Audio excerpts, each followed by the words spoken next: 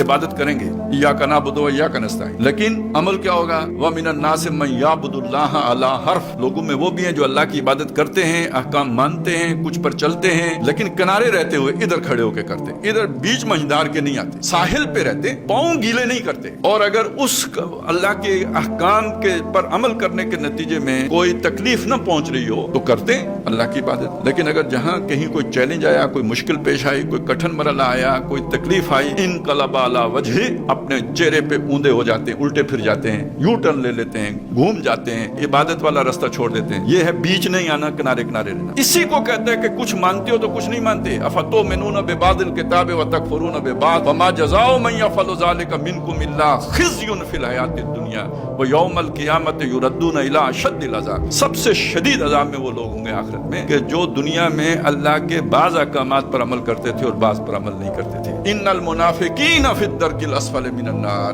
बेशक ये मुनाफिक होंगे जो आग के सबसे निचले गड्ढे में होंगे। तो सबसे सख्त अज़ाब किस पर होगा? मुनाफिकों पर। वो कौन है? जो अल्लाह के कुछ अहकामात पर अमल करते हैं और कुछ अहकामात पर अमल नहीं करते। अच्छा, ये भी आज के मुसलमानों में आपको आमतौर पे नजर आ जाएगा। नमाज पढ़ लेंगे, रोज़ा रख लेंगे, इस तरह के कर लेंगे, लेकिन अल्लाह के दूसरे अहकामात जो हैं उनकी परवाही नहीं करेंगे।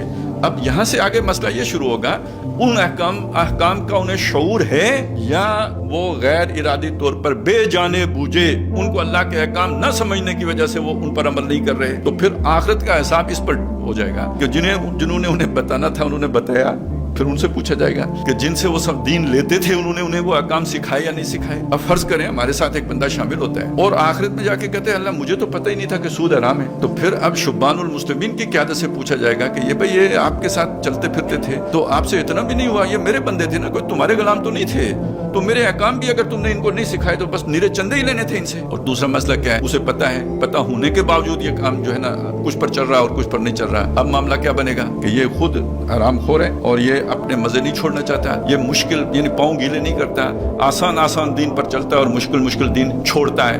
तो ये इसकी अपनी खराबी है और ये अपनी खराबी है तो ये निफाक की एक किस्म है और ये असफल साफिलीन वाली जो है ना उसका मिस्ताक बनेगा, सबसे निचले गड्ढे में जाएगा।